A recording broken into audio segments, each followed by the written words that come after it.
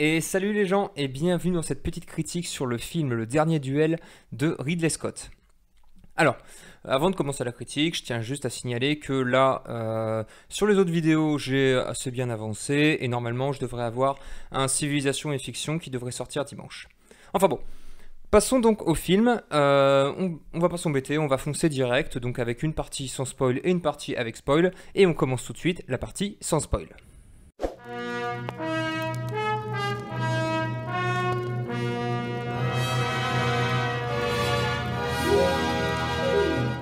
Alors, le dernier duel de Ridley Scott. On est fin 14e siècle, vers les années 1380 à peu près.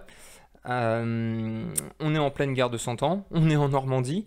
C'est l'histoire de trois personnages. Un chevalier, Jean de Carouge, qui est joué par Matt Damon. Sa femme, qui s'appelle Marguerite de Thibouville, et qui est jouée par Jodie Comer. Et un écuyer, qui s'appelle Jacques Legris et qui est joué par Adam Driver. Donc, comme on est en pleine guerre de 100 ans, Jean de Carouge passe beaucoup de temps sur le front, à affronter les Anglais. En revenant d'une énième bataille contre nos amis de l'infâme Albion, sa femme, Marguerite, lui annonce que ce fameux écuyer, Jacques Legris, l'a violée pendant son absence.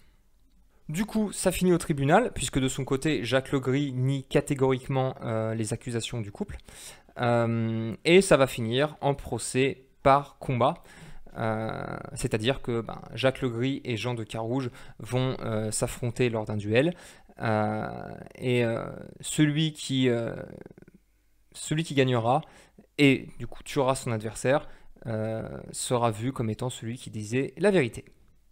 Donc évidemment, puisque ça a été vendu comme ça pendant la bande-annonce, d'ailleurs le film démarre avec marqué « inspiré d'une histoire vraie », donc c'est une véritable histoire, ce sont des gens qui ont réellement existé. Ce duel, d'après ce que j'ai compris, c'est un des derniers duels de l'histoire du Moyen-Âge français. Le film est également adapté d'un livre qui relatait cette histoire, donc c'est une fiction historique pure et dure. Et mon avis, j'ai adoré. J'ai adoré ce film.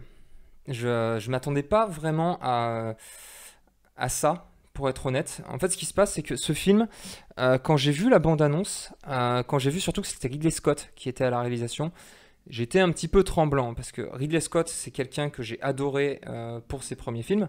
Voilà, il a fait des films qui sont emblématiques, hein, Gladiator, Blade Runner, Alien.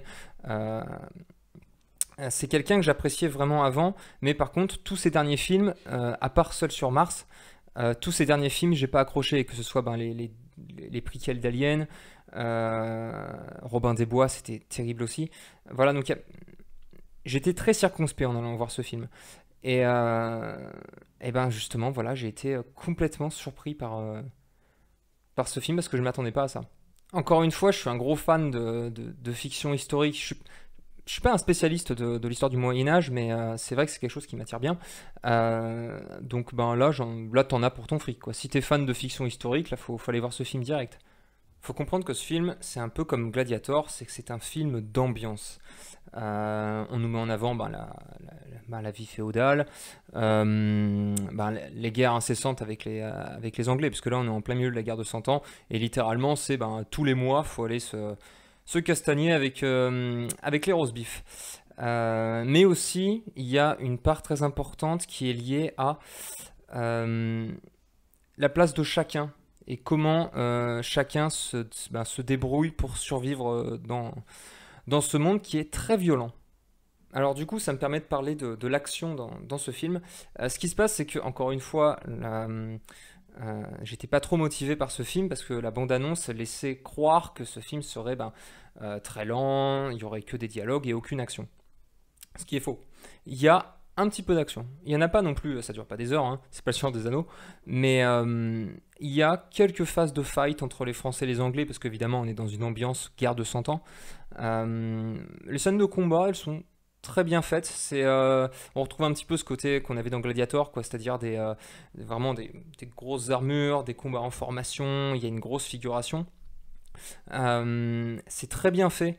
Ça me rappelle un petit peu un vieux film le film Excalibur.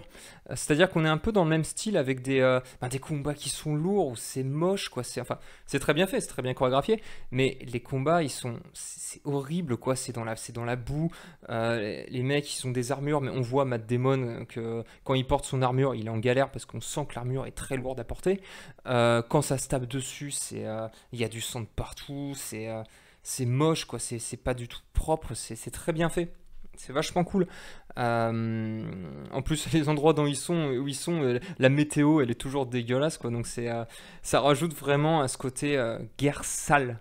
Le montage aussi est un petit peu particulier. Ça, c'est un truc. Bon, ça a déjà été vu, hein. Encore une fois, je vais insister là-dessus. Par contre, c'est que ce film, je l'ai beaucoup aimé, mais c'est pas non plus c'est pas le film du siècle, quoi. C'est un film qui reprend beaucoup de codes d'autres films, mais il le reprend très bien, quoi. C'est très bien maîtrisé. Ça te fait passer un bon moment. Et ce qui se passe, c'est que ce film met en avant l'affrontement des points de vue. Selon les scènes, on va avoir des moments où les personnages vont nous montrer leur interprétation de certains passages, de certains dialogues. Donc c'est pareil, c'est très bien mis en scène et surtout, un truc important, c'est que comme ce film est très long parce qu'il fait 2h30 et qu'il est parfois un petit peu lent, le fait d'avoir ça là, de jouer sur les interprétations, même toi en tant que spectateur, en tout cas ça a marché pour moi, c'est que tu restes concentré non-stop parce que tu veux pas rater certains éléments qui sont cachés derrière ou certaines réflexions en particulier ou certains comportements pour comprendre ce qui se passe. Et la musique aussi rentre là-dedans. Alors c'est Harry Gregson Williams qui a fait la musique. Harry Gregson Williams, en gros c'est un peu l'élève de Hans Zimmer parce qu'il a bossé avec lui sur plein de films. Je sais que Gregson Williams, c'est lui qui a notamment travaillé en co-création sur certains jeux Metal Gear Solid. Bon, après, il a fait d'autres films cool, hein. C'est lui qui a fait la musique de Shrek. Voilà, c'est mes références. Mais voilà, la musique est très discrète. La musique est une musique d'ambiance. D'ailleurs, les phases d'action n'ont aucune musique. La musique sert juste à ponctuer certaines répliques plutôt en fait. Les répliques amènent la musique plus que les scènes. Et c'est un parti pris, c'est cool parce que ça te maintient dans l'ambiance. Je trouve peut-être même qu'elle est un petit peu trop discrète. J'aurais préféré que la musique soit un petit peu plus présente, surtout que la musique est très bien en plus. Mais voilà, après je pinaille, hein, mais ça casse pas le fait que le film est vraiment cool à regarder. On dira que c'est un film, ce film, Le Dernier Duel, c'est un film qui est récréatif. C'est un film qui est glauque hein, quand même, parce que ça parle de viol, ce genre de choses.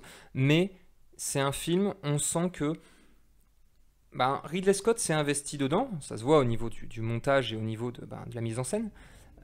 Mais il y a quand même c'est pas non plus fou comme film. On sent que Ridley Scott, là, il a juste fait ce petit film pour rappeler, attention les gars, j'existe. Parce que là, ce qui se passe, c'est que Ridley Scott, déjà, là, il bosse sur son film Napoléon avec Joaquin Phoenix.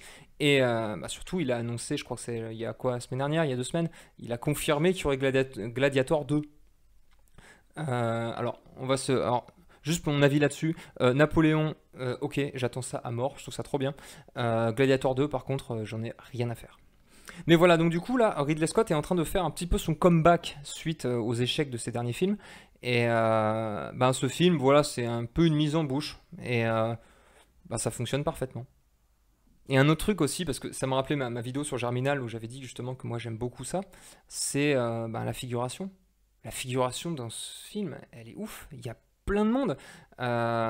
Pareil, les décors sont impressionnants aussi. Alors, il y a évidemment il y a évidemment l'arrière-plan de temps en temps est un petit peu en 3D, mais sinon, ouais, c'est des vrais sets, quoi. Le plateau, il est gigantesque, il y a plein de monde. On s'attarde parfois, on a quelques petits plans sur la vie autour des personnages. Donc, on sent qu'il y a vraiment une vie médiévale, quoi, et qu'on n'est pas dans un film qui se contente juste de nous montrer les acteurs principaux et la fin de l'histoire.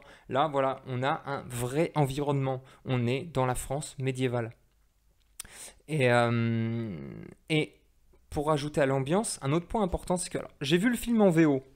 Parce que pareil, comme j'y allais avec beaucoup d'a priori, je voulais voir le film en version originale parce que je me disais, mais ils vont encore nous faire le coup de les mecs, ça se passe en France, mais tout le monde parle en anglais avec des accents américains, quoi.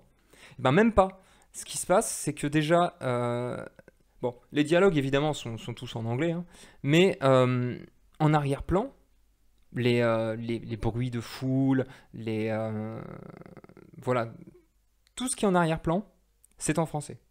C'est-à-dire que quand les mecs sont en train de marcher, et ben, quand ils discutent entre eux en anglais, derrière, t'entends les dialogues, enfin t'entends des figurants parler, c'est en français. C'est, c'est un truc, alors peut-être que je suis pas assez connaisseur, mais je me rappelle pas avoir vu ça une fois en fait, un film comme ça qui te mélange deux langues. Même si encore une fois c'est l'anglais qui est prioritaire. Mais du coup c'est cool. Et un autre truc aussi, c'est que le film ne traduit pas les noms. C'est-à-dire que les noms des personnages, qui sont des noms français, ne sont pas traduits. Jean de Carouge, il s'appelle Jean de Carouge. Jacques Legris, c'est Jack Legris. Voilà, les mecs disent les noms en français. Évidemment, ils le disent avec un accent américain coupé au couteau, mais il y a un effort qui est fait que les noms ne sont pas traduits. D'ailleurs, il y a un moment donné où justement ce qui se passe qui est bizarre, c'est qu'il y a un nom qui est prononcé parfaitement en anglais, c'est le roi, Charles VI. À un moment donné, ils le citent et ils disent Charles the Sixth et non pas Charles VI. Donc c'est voilà, je sais pas pourquoi lui en particulier il a droit à son traitement en roast beef, mais sinon voilà pour le reste, ce film se passe en France et même si les acteurs parlent anglais, on est quand même en France. Ça c'est vachement bien. Et pour terminer sur ce point d'ailleurs, il y a aussi quelques acteurs qui sont français. C'est pas les acteurs principaux, mais c'est il y a un ou deux rôles secondaires et rôles tertiaires notamment, où les mecs et les meufs sont français. Ça se remarque parce que même s'ils parlent anglais, ils ont quand même un petit accent de bouffeur de baguette. Donc ça pareil, c'est bien fait. En plus le film a été tourné, alors je crois en Irlande, mais il y a aussi une grosse partie qui a été tournée en Dordogne. Là où Ridley Scott avait notamment tourné son premier film, Les Duellistes. Donc idem, toujours dans cette ambiance de on est en France. Donc évidemment, pour faire cette critique, j'ai aussi regardé un petit peu la vie générale sur Internet. Et d'après ce que j'ai compris, c'est un peu ce que j'ai ressenti moi, quoi. C'est-à-dire que l'annonce du film, le trailer, ça m'a pas botté plus que ça. Par contre, j'ai été surpris dans le bon sens en le voyant parce que je m'attendais clairement pas à ça. Et ouais, Ridley Scott, 83 ans, ce mec peut encore faire des bons films quoi par rapport à ces derniers films qui étaient pas ouf encore une fois parce que moi Alien Covenant est vraiment un film que j'ai détesté. Ça fait plaisir de le voir revenir à ça quoi. C'est pas son meilleur film mais ouais on voit qu'il en veut et savoir qu'il va faire un film Napoléon ça m'éclate quoi parce que je me dis ouais ce mec maîtrise quand même le, le patrimoine français, il a déjà fait des films dessus, là il en refait encore un. Moi ça me va très bien. Après évidemment il y a quelques avis mitigés. En fait ce qui se passe c'est qu'aux États-Unis apparemment le film fonctionne bien, mais en France il y a quand même c'est un peu plus mitigé. Le public français notamment critique déjà la lenteur du film, ce qu'il faut reconnaître, hein, c'est que ce film fait 2h30. Il y a des moments ouais, où j'ai pas bâillé, mais j'étais pas loin quand même parce que ça s'endort un petit peu. Même si le film arrive à garder quand même un rythme un petit peu dynamique, il y a des moments quand même où on commence un peu à commence un peu à fatiguer, mais le film repart derrière donc c'est cool. Et j'ai vu aussi passer quelques critiques sur quelques incohérences historiques. Évidemment, il y en a.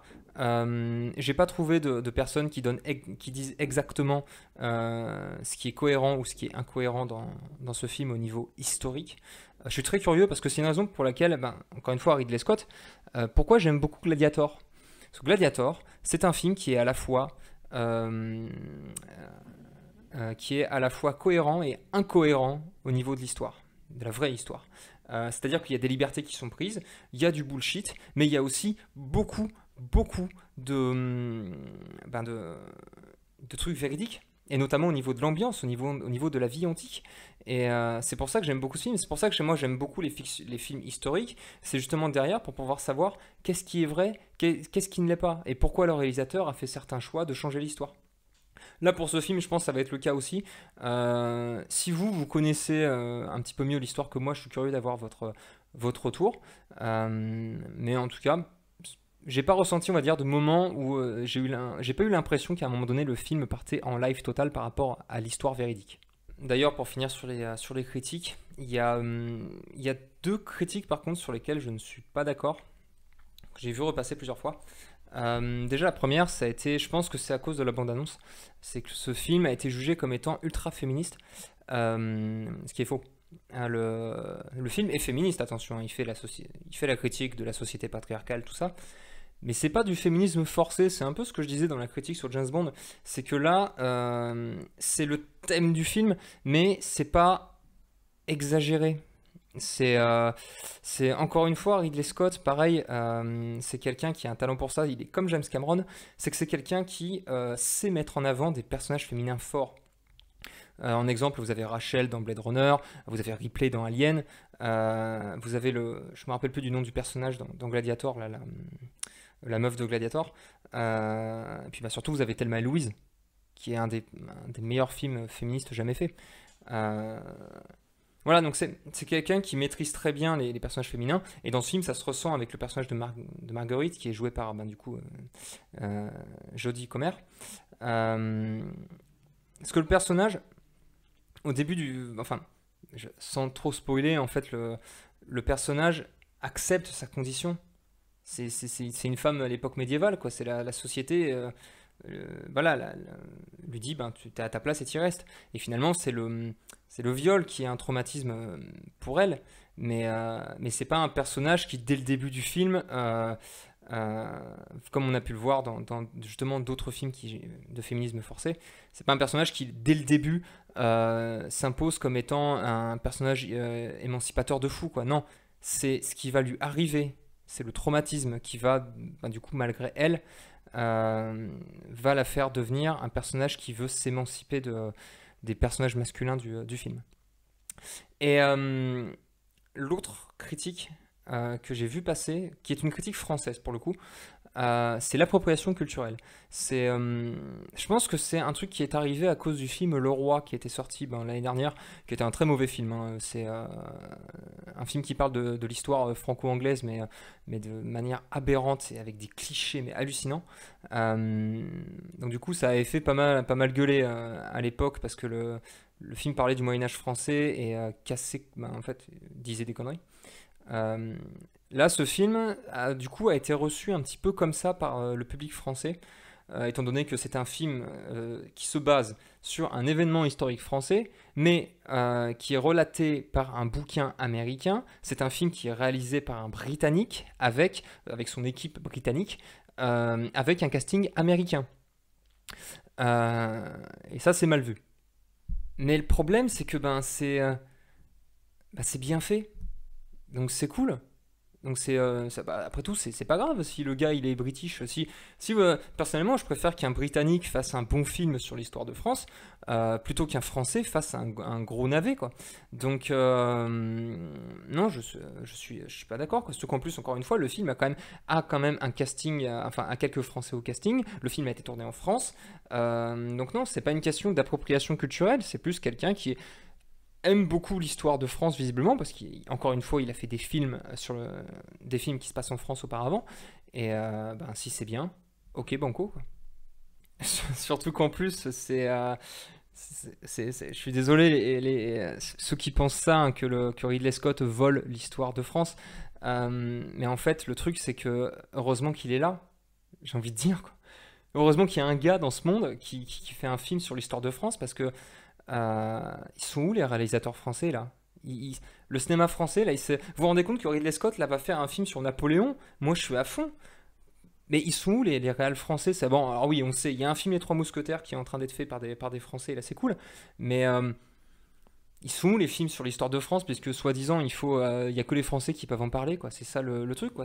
Moi en fait je fais cette réflexion là parce que en allant voir le film, il y a eu des bandes annonces avant évidemment. Bon, il y a eu la bande annonce de Venom, voilà ce genre de truc, mais il y a aussi eu la bande annonce, enfin 3 bandes annonces pour 3 films français. Les 3 films français, c'était des comédies familiales comme on a là depuis 20 ans, là, des comédies à la con, que genre, t'as personne qui va voir ça, et les rares personnes qui y vont, elles oublient le film au bout d'une semaine. T'avais notamment une comédie en particulier où c'est l'histoire, en gros, c'est sur les chansons des années 80 et des années 90. Ça a déjà été fait. Arrêtez avec ça. Faites plutôt que de se plaindre hein, que des étrangers font des films sur l'histoire française, ben, faisons nous-mêmes des films sur l'histoire française dans ce cas-là. Surtout que... Mais en fait, non. Il vaut mieux faire des comédies familiales parce que ben, ça marche. Donc, ben, pas de bol, ouais. Le prochain film sur Napoléon, désolé les gars, mais c'est un British qui va le faire. Et ben, moi, je suis hyper hype. C'est ça le truc, quoi. C'est Gladiator 2, ça me fait pas envie. Mais par contre, moi, quand je vois ce que Ridley Scott a fait avec le dernier duel, je me dis, ouais, mais avec Napoléon, mais il va sûrement faire un truc de fou. Et j'espère sincèrement que ce film sera bon. Euh, Parce que, ben, au moins, lui, il raconte des trucs sur notre patrimoine. Enfin voilà, je vais pas non plus m'étendre là-dessus. On va passer en partie spoil. Alors juste avant, parce que bon là j'ai donné mon avis général, j'ai présenté les bons côtés et aussi des trucs qui étaient un peu saoulants. Euh, la partie spoil, si vous n'avez pas vu le film, je vous déconseille d'y aller, franchement. Ce film est vachement bien. Il y a du bon suspense, il est très bien fait, c'est très bien mis en scène. Euh, Si vous n'avez pas vu le film, vraiment, je vous conseille d'arrêter la vidéo maintenant, de regarder le film et de revenir après. Euh, Parce que je voudrais pas vous spoiler, euh, alors que ce serait dommage que vous soyez spoilé, justement.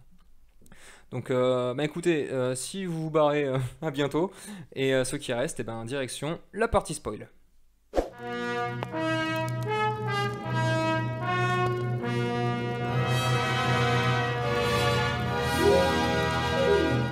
Ok, partie spoil. Si vous êtes là, c'est que vous avez vu le film. Si vous l'avez pas vu, j'en ai rien à faire. Donc, le film est découpé en 3 chapitres. En fait, c'est un peu comme la Snyder Cut. C'est différents chapitres avec à chaque fois marqué la vérité selon. Donc, en fait, bah, les 3 chapitres, c'est la vérité selon les 3 personnages qui sont bah, Jean de Carouge, Jacques Legris et Marguerite. Donc, à chaque fois, on a les mêmes scènes qui reviennent. On a beaucoup de scènes qui reviennent, qui sont refilmées. En fait, ça me rappelle un petit peu un film, un célèbre film de Christian Bale que je ne vais pas, que je ne vais pas nommer, où il y a ce truc en fait de revoir des scènes différemment selon les points de vue. Euh, la partie sur donc l'histoire racontée par Jean de Carouge, c'est le cliché du héros chevaleresque en fait, c'est que lui se voit, donc Matt Damon, se voit comme étant bah, un proche chevalier du roi de France qui affronte et qui va bouter les Anglois hors de France. Et il est amoureux de sa femme l'aime, ils vivent une belle vie ensemble.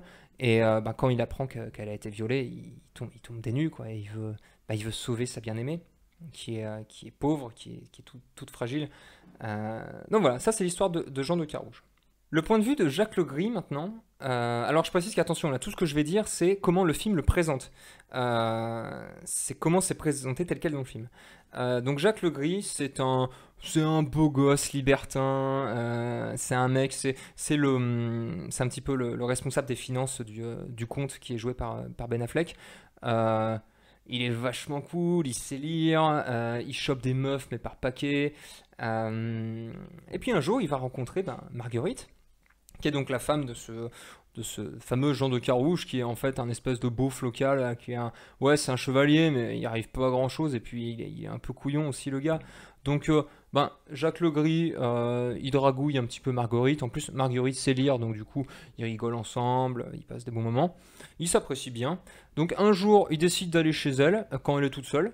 Il lui dit il est amoureux d'elle, donc en plus il lui présente ça, mais genre voilà, avec classe quoi. Il lui dit que c'est la plus belle femme qu'il ait vue dans sa vie et qu'il est fou amoureux d'elle, tout ça.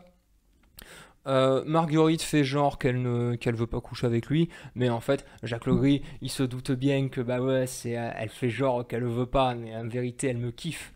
Donc ben Jacques Legris l'a fait et puis ben il s'en va tout content.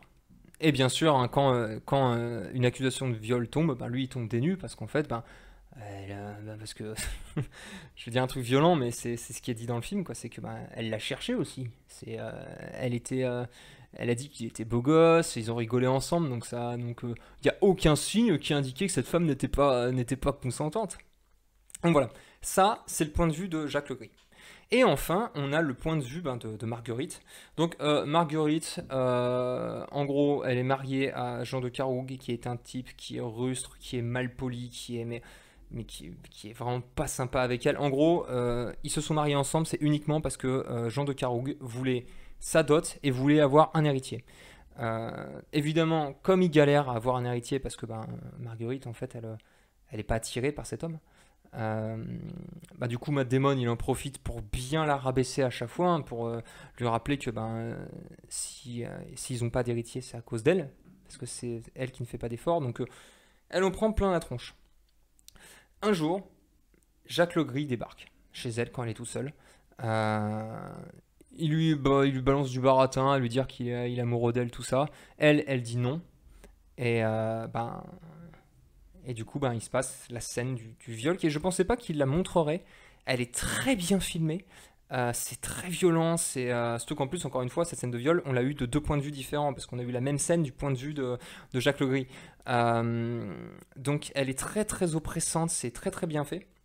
Il y a du sexe dans ce film, mais à chaque fois, le sexe n'est pas forcément montré à fond, quoi. Donc là c'est cool, et là pareil, là, la scène est très très bien faite, on est vraiment mais pas bien, j'étais pas bien du tout pendant cette scène. Et donc Jacques Legris, une fois qu'il a fait son affaire, il s'en va. Avant, il a quand même la gentillesse de lui dire que elle doit le dire à personne, parce que déjà c'était consenti. Donc il lui dit clairement que elle a consenti. Et aussi, il lui explique que si jamais elle parle, c'est elle qui mourra, parce que son mari il va pas être content, quoi. Elle le dit quand même à son mari. Jean de Carouge est fou furieux, mais pas seulement contre Jacques Legris, il est aussi fou furieux contre sa femme, parce qu'il prend en compte qu'elle est aussi coupable, parce qu'elle n'a pas résisté, ou qu'elle n'a pas cherché à résister. C'est là en fait que le féminisme commence réellement. C'est-à-dire que justement, pourquoi je disais que ce film n'est pas ultra féministe, parce que le féminisme démarre à son 3e acte. Bon, même si on sent venir, pareil, c'est très bien fait, c'est que il y a ce côté où tout le monde va lui expliquer qu'elle doit se calmer. C'est ultra violent, quoi. Encore une fois, justement, je disais ça dans la partie no spoil, c'est que Marguerite n'est pas un personnage féministe à l'origine.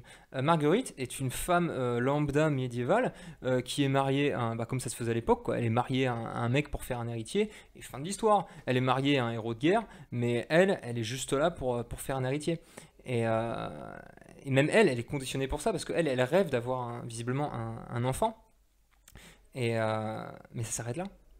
Et quand il y a le viol, c'est là qu'elle a un déclic, parce que forcément elle va s'en plaindre, parce que c'est pas bien, quoi. Mais tout le monde réagit en lui expliquant que c'est normal. C'est normal ce qui se passe, c'est ça qui est très bien fait. Justement, c'est là où ça devient cette fiction. C'est pour ça que j'aime beaucoup les fictions historiques, c'est quand il y a des rapprochements qui sont faits avec la société actuelle. Et du coup, là, toute cette partie-là, ça rappelle des comportements qu'on a eus, parce qu'il y a certaines punchlines, notamment il y a une de ses copines, parce que pareil, pourquoi ce film est intelligent, c'est que tout le monde est contre Marguerite. Les hommes, mais aussi les femmes. Ça c'est pareil, c'est cool, quoi. C'est pas uniquement, on n'est pas dans un film, vous voyez, où c'est uniquement les hommes qui sont des connards. Non, les meufs aussi dans ce film se montrent vraiment hostiles envers elle à partir du moment où elle annonce qu'elle était violée. Il y a une scène par exemple où elle a une copine à elle qui lui dit ouais mais attends, parce que t'avais dit que Jacques Legris il était beau gosse, enfin il était séduisant. Et et genre ça leur suffit, quoi. Ils prennent en compte qu'elle a dit qu'il était beau gosse, ça veut dire que c'est bon, donc t'as couché avec, c'est cool, en fait t'as pas été violé. C'est ultra violent. Pareil, pendant le tribunal, ils vont lui poser la question aussi, les mecs du tribunal, ils vont lui dire mais est-ce que au fond vous avez pas un petit peu aimé aussi, quoi. Donc c'est voilà, c'est ce genre de truc assez violent. Et elle qui est au milieu de ça, qui d'ailleurs n'a pas de... Un truc intéressant, c'est que le personnage n'a pas de scène de pétage de câble. Elle n'a pas de scène de colère, en fait. Tout le long, elle va rester calme et tout. Elle en prend plein la tronche. On voit au niveau... L'actrice, là, Jodie Comer, elle joue très bien ça. Elle en prend plein la tronche. Elle a les yeux qui sont tout le temps au bord de chialer. C'est horrible. Et surtout qu'en plus, il n'y a personne qui lui pose... La première question que tu devrais poser dans ce cas-là, c'est comment ça va.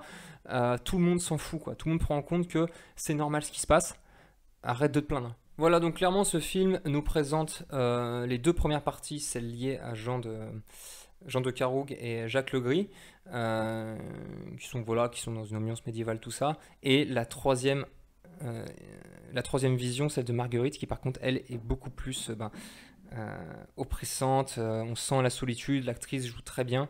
Euh, et ça nous amène à la fin du film. Donc la fin du film, hein, c'est le fameux duel qu'on attendait. Le duel est filmé, ça rappelait, encore une fois, je pense que ça rappellera, ça peut rappeler Gladiator. Enfin moi ça m'a beaucoup fait penser à Gladiator, mais c'est pas uniquement lié au fait que c'est Ridley Scott qui a fait le film, c'est aussi parce qu'on retrouve une manière de filmer en fait où on a beaucoup de... c'est vrai, on n'a pas de plan, on n'a pas de panorama, quoi. Tout est filmé à hauteur des deux combattants avec autour les cris de la foule, tout ça, truc qu'on avait déjà dans Gladiator. La scène est très bien faite parce que elle est un petit peu, d'ailleurs, elle est pas longue, mais j'ai eu l'impression qu'elle durait super longtemps tellement c'est dynamique, tellement c'est violent parce que ce qui se passe c'est que on enchaîne les styles de combat. Ça commence c'est de la joute, donc du coup les cavaliers qui se foncent dessus. Après, une fois qu'ils ont empalé leurs chevaux, ça finit en combat à l'épée, à la hache, donc voilà, du combat style moyenâgeux dont on a l'habitude, et ça se termine en pugilat au corps à corps avec des petites dagues, avec des coups. C'est vraiment du combat rapproché. C'est très bien fait. Ça monte de plus en plus en fait dans la violence. Donc évidemment, c'est Matt Damon qui gagne le combat. Enfin, du coup, Jean de Carouge. Jean de Carouge, en fait, met Jacques Legris au sol. Il le menace avec une épée à moitié éclatée, je crois. Et genre, Jacques Legris, il est en sang. De toute façon, les personnages, ils sont en sang. C'est un miracle qu'ils soient encore vivants à ce niveau-là, tellement ils se sont pris des coups. Mais au dernier moment, Matt Damon, enfin du coup, Jean de Carouge, dit à Jacques Legris, enfin il crie, il dit avoue ton crime maintenant, avant que je te tue. Et Jacques Legris a une réaction bizarre, c'est que il dit que c'était pas un viol. Jusqu'à la fin, il dit qu'il est innocent, il le clame devant Dieu, il le jure, il le jure sur son âme que ce n'est pas un viol. Et du coup, Matt Damon le tue. Ça, c'est un truc que j'ai trouvé vraiment intéressant, c'est que Jacques Legris, jusqu'à la fin, sera persuadé que son acte n'était pas immoral. Jusqu'à la fin, le personnage clame son innocence. Je pense que le film veut faire ressentir un peu ce côté conditionnement de l'époque médiévale, parce que pour Jacques Legris, c'est normal ce qui s'est passé, comme visiblement plein de gens. C'est normal apparemment dans ce monde que quand une meuf te fait un sourire, tu peux coucher avec, même si c'est la femme d'un autre chevalier, quoi. Et ça, j'ai trouvé ça cool, quoi. Parce que c'est fou, quoi. Surtout qu'en plus, Adam Driver joue très bien. Faut en parler de ça aussi, hein, mais les acteurs sont tous au top. Et du coup, le dernier plan, en fait, c'est du coup Matt Damon qui est un héros. On le voit aller au milieu de la foule, tout fier, en indiquant qu'il a gagné. Du coup, le fait qu'il ait gagné, en fait, le combat à mort, c'est en fait pour dire que Dieu est du côté Dieu est du côté de la vérité. Donc, si tu gagnes, ça veut dire que Dieu est avec toi, ça veut dire que tu as dit la vérité. Donc, tout le monde prend en compte que Matt Damon avait dit la vérité, donc que Marguerite avait dit la vérité. Et ça se termine sur Matt Damon sur son chevalier, Matt Damon sur son cheval, qui est tout fier au milieu de la foule. Tout le monde crie son nom, tout le monde est heureux pour lui. Derrière lui, derrière Matt Damon, il y a sa femme qui est toute seule, que tout le monde en a rien à foutre. Il y a un plan d'ailleurs, ça se termine sur ça, sur elle, que tout le monde ignore. Jacques Legris, lui, son corps est dépouillé. Et après, en fait, il est pendu, il est pendu à une poutre. Enfin, son cadavre est pendu à une poutre à poil. Et en fait, c'est cadeau pour les corbeaux, quoi. Donc, Jacques Legris est complètement oublié. Mais ouais, cette fin, pareil, il y a ce plan qui est vachement cool, quoi. Ce plan, justement, en fait, on voit Matt Damon qui fait le fier. Et derrière lui, Marguerite qui est toujours aussi dévastée parce qu'encore une fois, personne n'est venu la rassurer. Et c'est génial. C'est très bien fait. C'est triste. C'est violent. Moi, j'ai adoré. Voilà, moi j'aime les films comme ça qui sont prenants et qui te font ressentir des émotions, quoi. Donc voilà, c'était cool. En bref, pour terminer, c'est exactement ce que j'ai dit dans la partie no spoil, c'est-à-dire que ce film est très bien mis en scène, très bien maîtrisé. Il n'est pas forcément original parce qu'encore une fois, il reprend des codes qu'on a déjà vus dans d'autres films, mais encore une fois, c'est très bien fait. Donc voilà, c'est pas le meilleur film de Ridley Scott, mais en tout cas, il est très bien mené. J'ai passé un très bon moment. J'ai été surpris par ce film. Et je suis là à me dire, ouais, Ridley Scott est de retour, peut-être. Pour terminer, je dirais que si vous aimez les films d'ambiance médiévale, Ce film est fait pour vous, clairement. Voilà. Donc, ben écoutez, moi je vais arrêter là. Encore une fois, j'attends d'avoir vos avis, hein, surtout si vous avez vu le film, hein, que vous me dites ce que vous en avez pensé. Je suis très curieux là aussi parce que c'est un film qui n'était pas forcément attendu comme étant un. Je m'attendais vraiment pas à voir un film aussi bon. Donc à vous de me dire si vous aussi vous avez apprécié le film ou si au contraire peut-être il y a des choses qui vous ont déçu dans ce film. Je suis très curieux de savoir. Et ben d'ici la prochaine vidéo, je vous dis à bientôt pour de futures chroniques sur la chaîne Héroïque Cinéphilie. A plus!